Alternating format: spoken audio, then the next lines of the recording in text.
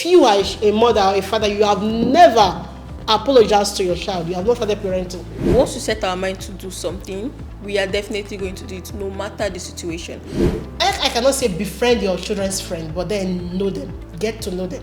So that actually helped me a lot with my daughters. You get it? So I always put that into their heads so that if I'm not even there, my words be singing into their subconsciousness. I do that intentionally. It's not the school you send your child to, basically. I know that won't still help. And it's not the things you buy for them. It's not the food you prepare and cook for them. They will not remember all of those ones. The most important thing is... Hi, welcome to another episode of P&T Show. My name is Preciouifeanyi, and I'm glad that you're here again. Yes, that's how we do it every Friday. We come together to celebrate parenting and inspire teenagers. And today's episode of P&T Show is really special because this is the first time we're having a mom and her teenager all at the same time on this show. So, and it's going to be more like a fire chat kind of conversation because we're going to be having real gists. So I have with me Mrs. Glory Eloho and her beautiful, pretty, stunning damsel in the studio, and we're going to be doing that together. So Christine, welcome. Thank you very much. And welcome. Thank you. Good. I will wait to say welcome. Okay, so here is how it's going to go. Relationship between a mother and a daughter as we navigate life. So you're a mom of 4, and she happened to be your second daughter? Yeah. Good. And Christine, you've been the daughter of this beautiful woman for 19 years of your life. So let's start from there. How has it been, Christine? Well, it's my first time having a mother. I don't understand.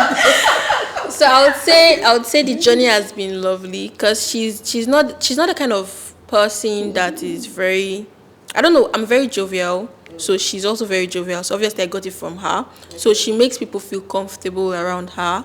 I also make people feel comfortable around me. So probably that's just the best thing about her. You can say anything you want to say. You can act anyhow you want to act. You can play with her. So she's just like that because there are so many strict parents out there that you cannot even cough. But like, it's not like that with her. So that's just basically sums up our relationship. The journey has been beautiful. Very lovely. So I'm going to ask you, what do you like most about Christine? Yeah, Christine is a go-getter. When you send, there's something that I was telling somebody last week. I sent my son on errand and he didn't return on time. So father was like panicking. Why has he not come back? I said, don't you know your son is like Christine? When you send Christine on any particular message, Christine won't come back home until that message is done. So let me say, go and get me bread. And she get there, maybe the shop is not opened.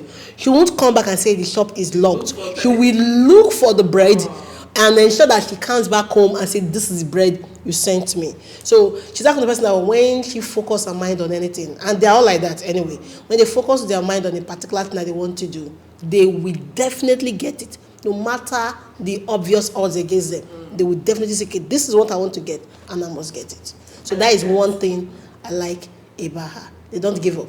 They have this kind of fighting spirit in them. They don't give up. She doesn't give up. How do you feel about that compliment, girl? You're blushing. You know, it's like when she came to Lagos, when she came to school in Lagos, I said, Mommy, I got a job. I said, my friend, I sent you to school. Pack your bag and be coming home. You say, Mommy, I want to go.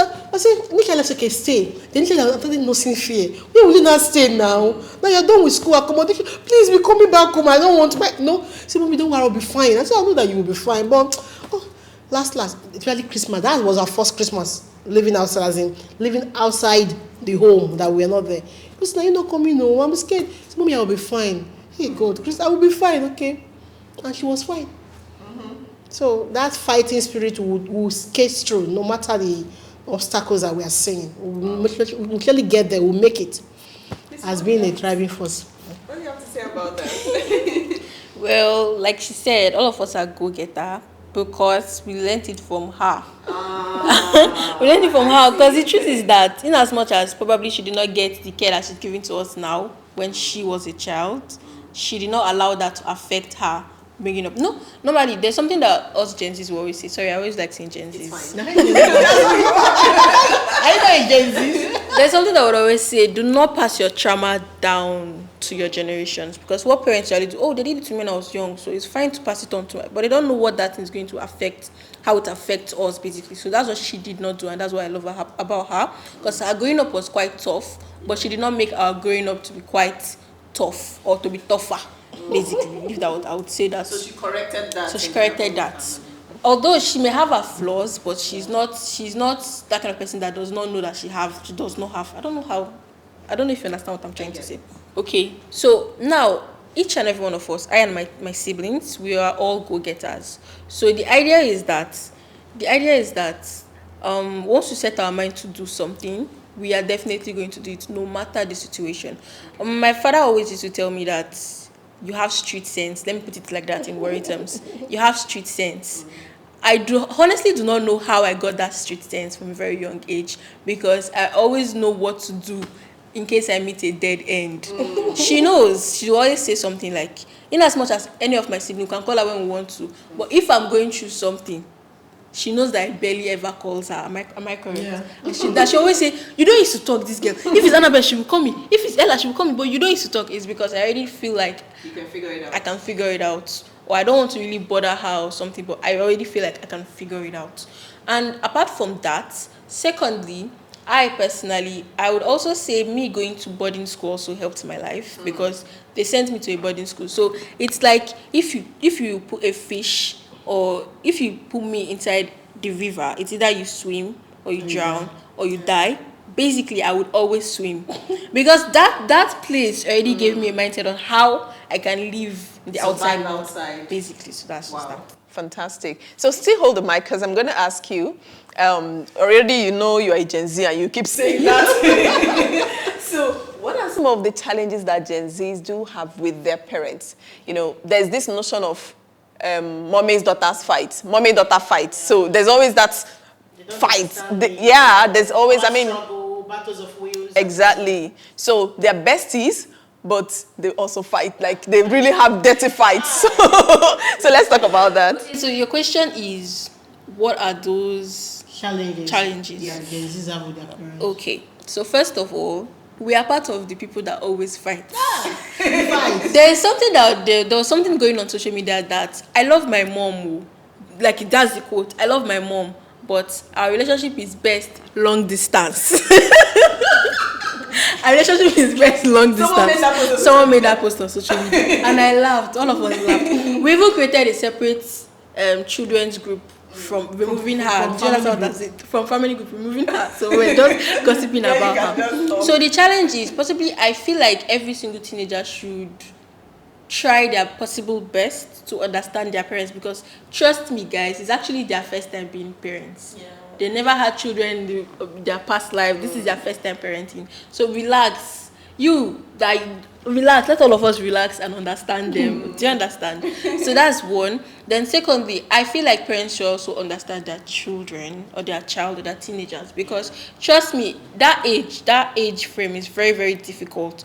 Us, our bodies are changing. We're trying to understand life. We're now seeing life the way you guys are saying it. So everything is still new to us. So we just need guidance from you guys, instead of you guys fighting us. We know that we are doing some things that are not right. Correct us. Do not fight us. We are your children. We should learn how to love. Let love lead, basically. So that's just it. Fantastic. Thank you. Okay, so you can pass the mic to her. So, Mrs. Glory, I'm going to ask you this question. Okay. What has been the most difficult experience you've had raising your children, particularly during their teenage years? Okay. So what has been the most challenging experience raising? You know, my first 3 kids, I guess, and you can see that they are very beautiful.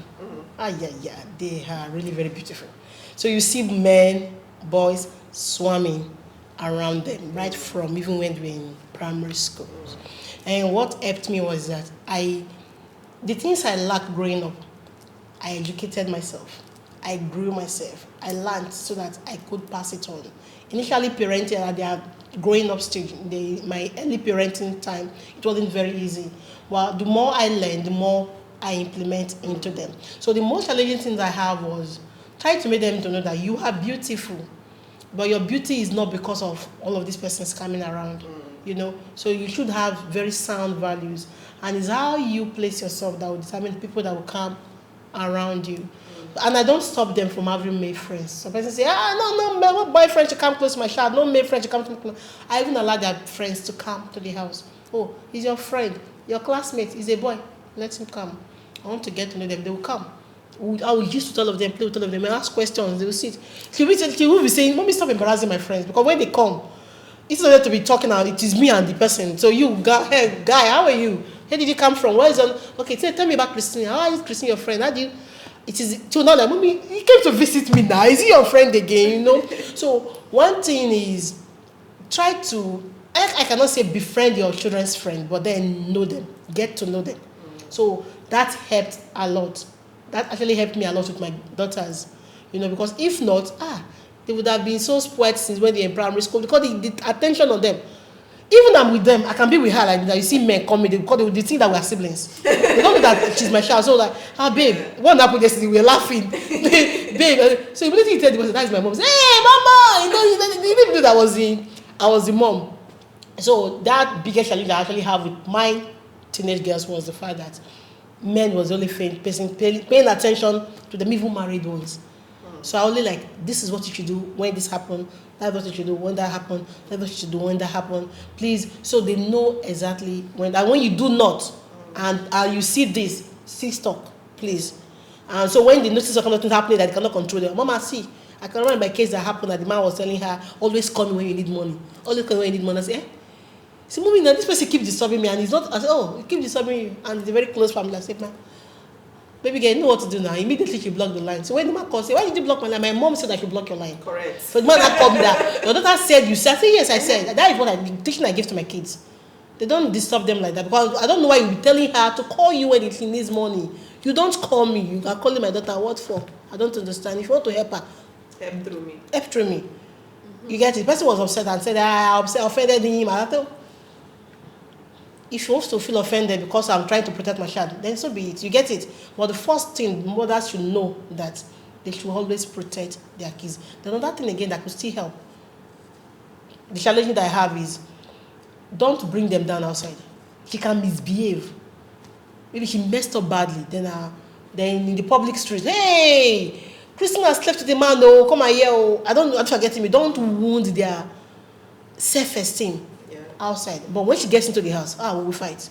We have entered the room, lock the door. Christine, come and kill me today. You know, we can fight inside, but don't expose their whatever it is that they have done outside. Don't do that. Okay, good. Thank you so much for sharing. So you said that your major challenge is they were pretty. So you had the concern of the security when they go outside. So you had to do extra work. That is hey. to load them. I know I cannot always be with her. Now she's alone here. Yes. You know, she's alone here. I can't say because she's alone here, she sleeps with every man that comes around her way. Oh, okay, my mother is not here, so I'm free. Yeah. You know, I tell them that freedom comes with a price. There are consequences. When you don't know how to manage your freedom, there are consequences. And most of those consequences can go far-fetched into the future to even hurt you in the future. So be very careful of what you are doing now. Fine. Like this one I was saying, beauty do fade. You are beautiful now. You are young now. Grab every opportunity that you can, you know, and know that you don't have so much time on you. You get it? So I always put that into their head so that if I'm not even there, my words should be singing into their subconsciousness. I do that intentionally. And that is what parents should even do. They should focus more on the things. It's not the school you send your child though, basically. I know that won't still help. And it's not the things you buy for them. It's not the food you prepare and cook for them. They will not remember all of those ones. The most important thing is your words. The impact of your words to them. When they meet that day, they will just, Mommy used to say. She just said, my daddy used to say. So all of those will just say, Mommy is not here, but let me stay put. Can help to shape their value system. So parents should take that into consideration. Whew, thank you so much, ma'am. So back to you, Christine. Christine, what does it feel like to be the second child where you have someone older and you have younger siblings? How do you manage the relationship? I know there are sibling rivalry. and there are times when I know siblings are annoying. It's a given. They are the ones that will wear your clothes without telling you. They're the ones that will wear your shoe. It will cut, they will hide it. They're the ones that will use your, your. So, have you ever had any of these episodes, and how did you handle it? Let's go there. Why are you saying no? I want this question will not cause trouble. I'll actually be the one that will wear that particular thing, cut it and go and eat it. No. Let's hear you first, Christine. Okay. First of all, coming from, or when I was younger, when I was still at home, when everybody was still at home then, I was always the one, I'm either fighting with A, or I'm fighting with B, or I'm fighting with C, or I'm fighting with everybody. So that's one. Secondly, I'm usually the one that's wearing everybody's items, spoiling it on and hiding it. So I'm the one that's the annoying sibling. I laughed initially because I'm the one that is the annoying sibling. So first of all, let me talk about where I'm coming from. So I usually have, or had, because it's not going to be me anymore. I usually had this anger management. I tend to get angry, like sharp. I will diss you there, and I'm ready to fight you as a then. So I always had issues with my elder sister. We're always fighting, either from words, physical. We enjoy each other. So like it was very terrible relationship between both of us. But growing up, I tend to understand how to manage my emotions. That's why most times when I'm upset, I'll just sit and I'll just look at you. They'll be like, why are you looking at me like that? Because I don't want to let out everything, because once I start, I'm not going to finish. So I try to manage that. Secondly, I am my elder sister now. Even if she's not here physically, the way we communicate with each other, even if sometimes what she usually do is to upset me, I'll be like, oh, okay, she's my elder sister. Oh, sorry. Oh, I'm so sorry. Oh, okay, I'll be the one to start apologizing or trying to calm down the issue. That was not me before. I'm going to poof, fire everything inside to make sure that everything lights up again. So I manage. Like for my younger ones now, I tend to give them someone that they can look up to, they can talk to. Like I have my younger sister always calling me, oh, how are you doing? Oh, I miss you. I know it's for money, but at least she has somebody that she can talk to. I mean, like, I and my younger sister are closer, I would say. No, I will not say we're not closer. I mean, we're closer basically. But CJ, I love you, CJ. But I and my younger sister were quite closer. For CJ too, I and CJ is my younger brother, by the way. Okay. He also has somebody that he can look up to, regardless if my elder sister is not there or is not reachable, because do you understand, time difference and all. So for my elder sister, she has given me this. If I would say anybody I look up to apart from her, is my elder sister rather, okay. Because she has defined all odds. She is literally 23, and what she has achieved, I'm saying it without putting water in my mouth. What she has achieved at 23, a 26-year-old in Nigeria cannot. Can you share some of those? I mean, not for the pride of it, even if it's for the pride of it, no problem, but so that other people can also listen and get challenged and inspired by her. Oh, first of all, it's for the pride of it. I love this girl. First of all, let's all have it. Okay. So, first of all, she's very smart. Let me put it out there for her. Annabelle, you're very smart. Yeah, Annabelle, so, you are. She finished from technical high school in Warri. She got an admission at the age of 15 to Unilag. We even have to repeat her, and she was crying. She repeated, but she got... Stretch me, talking about the upbringing, how you affect you now, and all of... You are the extension. Let me put it this way. Your kids, your children are the extension of you. A crocodile cannot give birth to a dog. You get it? So your children are the extension of you. You get it? So that was where the stretching came from. That learning experience I had make me wow. And from NYC, that was the defining moment for me. And since then, no turning back. No turning back. And it has been from one experience, pleasant one, to another experience, pleasant one. If she accused me of anything now, I don't want to argue with her. I'm sorry. Can we move on? I don't say, hey, no. Sorry if you felt that way. But that was not my intention. Can we now move on? Because I will say sorry. She herself, she didn't have to say, Mommy too, I'm sorry. And beautiful, we'll move on. Not that we will not be feeling too big in our shoes as parents. We don't make mistake.